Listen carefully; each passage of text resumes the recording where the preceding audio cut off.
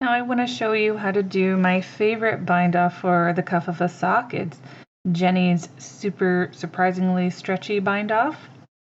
This is one of my favorites because I have had a lot of success with it. Having a nice stretchy cuff that I can fit over my foot, no problem. Has a lot of great stretch to it, but then has this flexibility to kind of accordion itself back together. And I think looks really nice and fun. So got a lot of nice movement in here. A lot of stretch, and that's important so your sock will fit. And what this cast off bind off is doing is using a series of yarn overs to create extra fabric in your bind off, and that's what provides that extra stretch. So that's the Jeny's surprisingly stretchy bind off. So I've bound off most of my stitches already, but we have a few here to finish up with. So let me show you how this bind off works. And what's important is how you're going to do your yarn over is determined by the next stitch that's coming up. And so knowing those basics means that you can do this bind off in any type of ribbing, a 1x1, which is what we're doing here, 2x2, or even just one type of stitch is fine. So I already have one stitch over here on my right needle, and when you start your bind off, you will work the first stitch as it is, and then the next stitch will tell you how you're going to do your yarn over. So here, my next stitch is going to be a knit stitch. So that means for my yarn over, what we're going to do is typically yarn over is counterclockwise and goes under and over. That's your typical yarn over.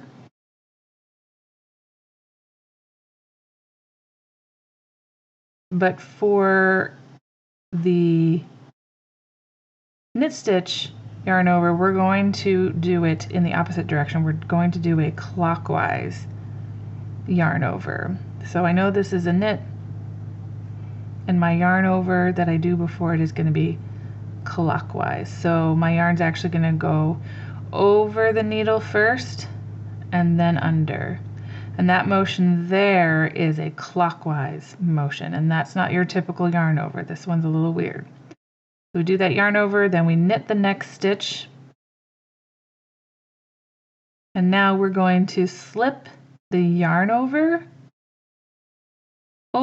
and off the needle, and the previous stitch over and off the needle.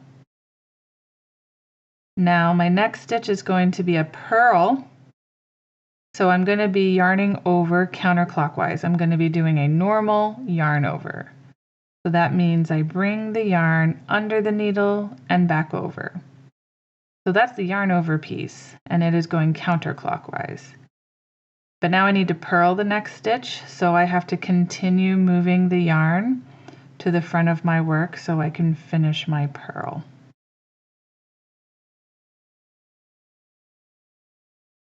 So we'll purl the next stitch. Then I like to get the yarn out of my way. It makes it a little easier after a purl, so I can pick up that yarn over and off, and then pick up the previous stitch over and off. So the way I like to think about it is I like to have my working yarn in position for what I need to do next. So it's in the back where it needs to be for a knit stitch. This one is a knit.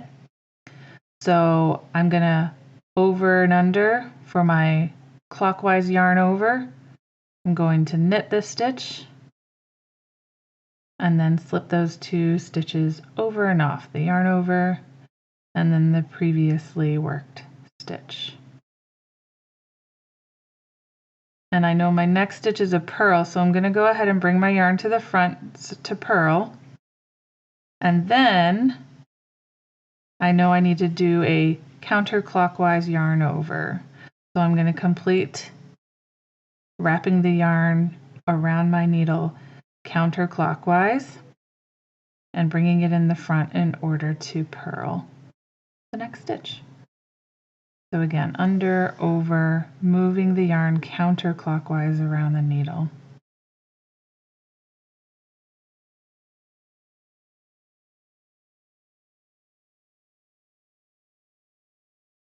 Move my yarn out of the way so I can easily slip the yarn over and off, and the next stitch over and off.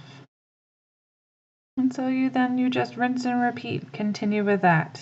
Look at the next stitch you have to work, and that will determine your yarn over. Work that next stitch, and then slip the 2 stitches over and off.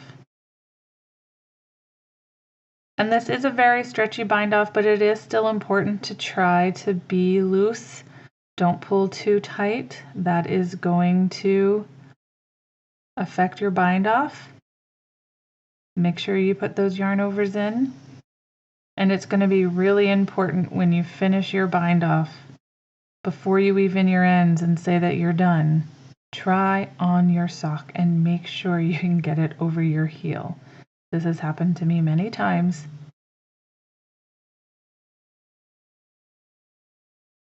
And I've had to undo the bind off and try again.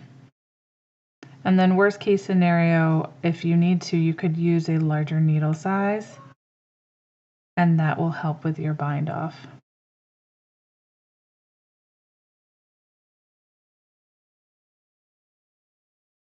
So I'm going to work this last stitch.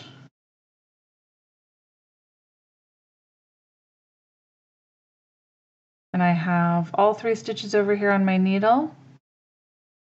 I'm still going to slip the yarn over and off, the previously worked stitch over and off, and now I have 1 stitch left on my needle. And what I like to do for my last stitch is just to continue pulling that loop through. And then I've finished my bind off, nice and stretchy, and I'll just weave in my ends, and that's the bind off.